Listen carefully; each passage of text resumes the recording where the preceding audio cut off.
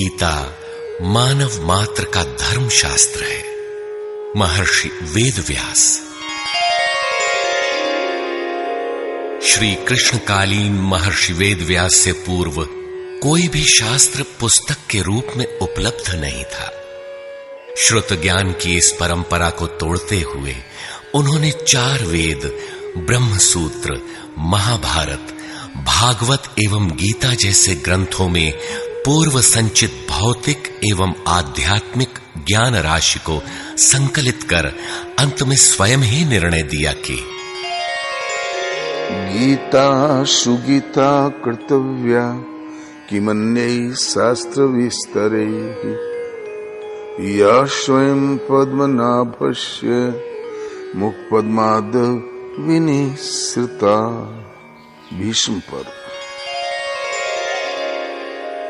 गीता भली प्रकार मनन करके हृदय में धारण करने योग्य है, जो पद्मनाभ भगवान के श्रीमुख से निःसृत वाणी है। फिर अन्य शास्त्रों के संग्रह की क्या आवश्यकता? मानव सृष्टि के आदि में भगवान श्री कृष्ण के श्रीमुख से निःसृत अविनाशी योग अर्थात श्रीमद् भगवद गीता, जिसकी विस्तृत व्याख्या वेद और उपनिषद है, विस्मृति आ जाने पर उसी आदि शास्त्र को भगवान श्री कृष्ण ने अर्जुन के प्रति पुनः प्रकाशित किया, जिसकी यथावत व्याख्या यथार्थ गीता है। एकम शास्त्रम देवकी पुत्र गीतम एको देवो देवकी पुत्रेव एको मंत्र तस्य नामानि यानि कर्माप्येकम तस्य देवस्य सेवा। गीता महात्म्य। अर्थात एक ही शास्त्र है जो देवकी पुत्र भगवान ने श्रीमुख से गायन किया। गीता एक ही प्राप्त करने योग्य देव है। उस गायन में जो सत्य बताया, आत्मा सिवाय आत्मा के कुछ भी शाश्वत नहीं है। उस गायन में उन महायोगेश्वर ने क्या जपने के लिए कहा? ओम। अर्जुन, ओम अक्षय परमात्मा का नाम है, उसका जप कर और ध्यान मेरा धर। एक ही कर्म है। गीता में वर्णित परम देव एक परमात्मा की सेवा। उन्हें श्रद्धा से अपने हृदय में धारण करें। अस्तु, आरंभ से ही गीता आपका शास्त्र रहा है। भगवान श्री कृष्ण के हजारों वर्ष पश्चात परवर्ती जिन महापुरुषों ने एक ईश्वर को सत्य बताया, गीता के ही पथ पर चलने वाले पथिक हैं, गीता के ही संदेशवाहक हैं। ईश्वर से ही लौकिक एवं पारलौकिक सुखों की कामना, ईश्वर से डरना, अन्य किसी को ईश्वर न मानना, यहां तक तो सभी महापुरुषों ने बताया। किंतु ईश्वरीय साधना, ईश्वर तक की दूरी तय करना, ये केवल गीता में ही सांगोपांग क्रमबद्ध सुरक्षित है। गीता से सुख शांति तो मिलती ही है, ये अक्षय अनामय पद भी देती है। देखिए श्रीमद् भगवद गीता की टीका, यथार्थ गीता।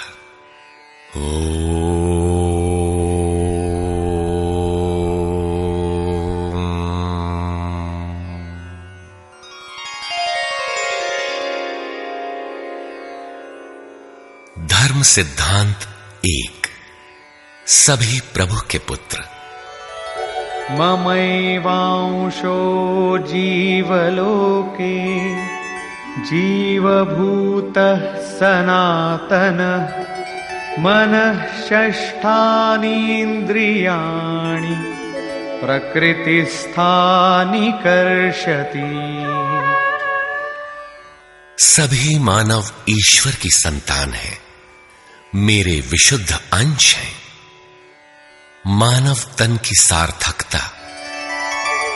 किम पुनर्ब्राह्मणा पुण्या भक्ता राजर्षयस्तथा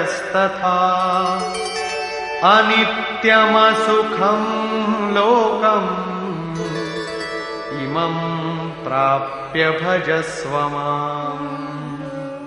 सुख रहित क्षण भंगुर किंतु दुर्लभ मानव तन को पाकर मेरा भजन कर, अर्थात भजन का अधिकार मनुष्य शरीरधारी को है।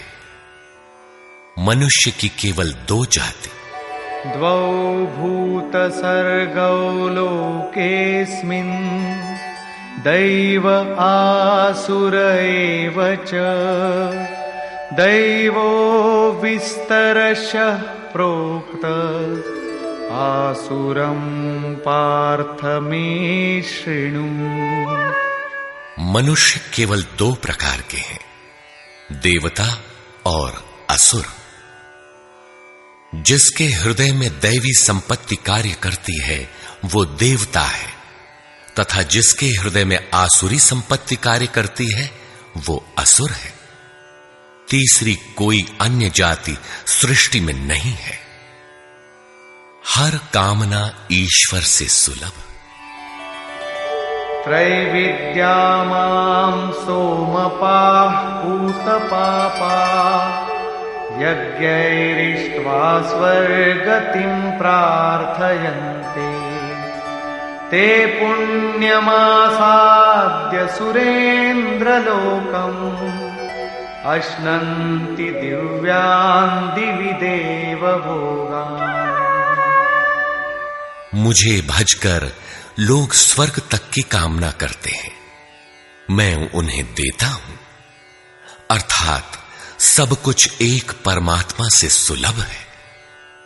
भगवान की शरण से पापों का नाश। अपि चेदसि पापेभ्यः सर्वेभ्यः पापकृत्तमः सर्वं ज्ञानप्लवेनैव वृजिनं सन्तरिष्यसि।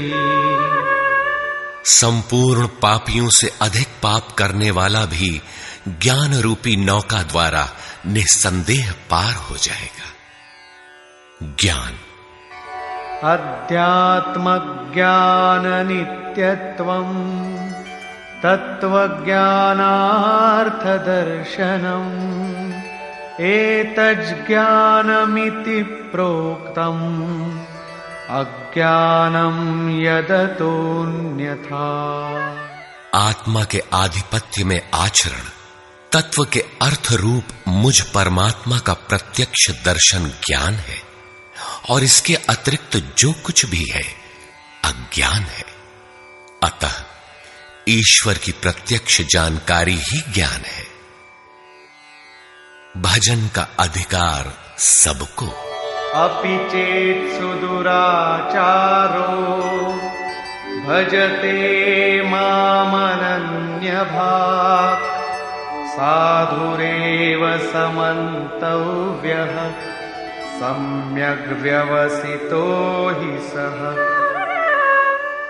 क्षिप्रं भवति धर्मात्मा शश्वच्छान्तिं निगच्छति कौन्तेय प्रतिजानीहि न मे भक्तः प्रणश्यति।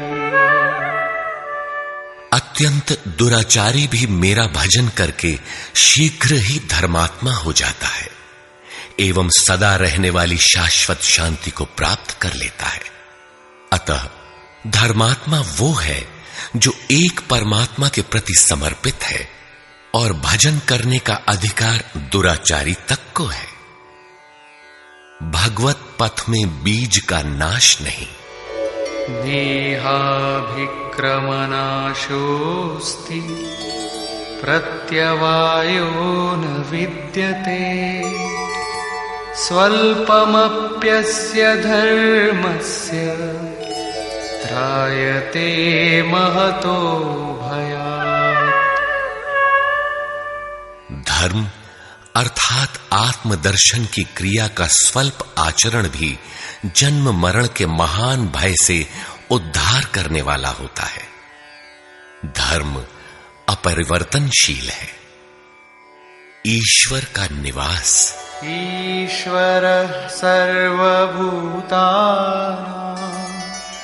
हृद्देशेऽर्जुन तिष्ठति भ्रामयन् सर्वभूतानि यन्त्रारूढानि मायया।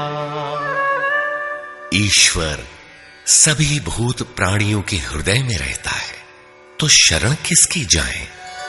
तमेव शरणं गच्छ सर्वभावेन भारत तत्प्रसादात् परां शान्तिं स्थानं प्राप्स्यसि शाश्वतम्।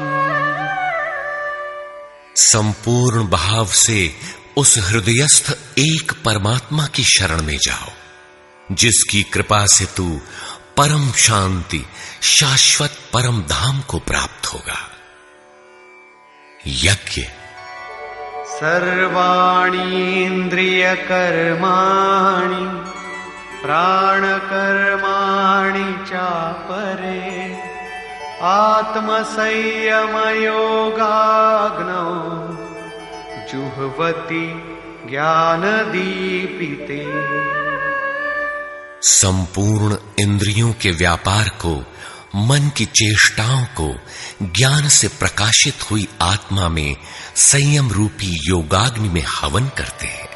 अपाने जुह्वति प्राणं प्राणे पानं तथा परे प्राणापानगतिरुद्ध्वा प्राणायाम परायणा।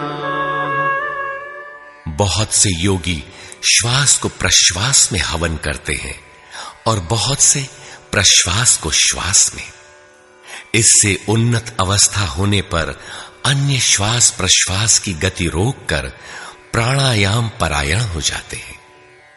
इस प्रकार योग साधना की विधि विशेष का नाम यज्ञ है। उस यज्ञ को कार्य रूप देना कर्म है। कर्म।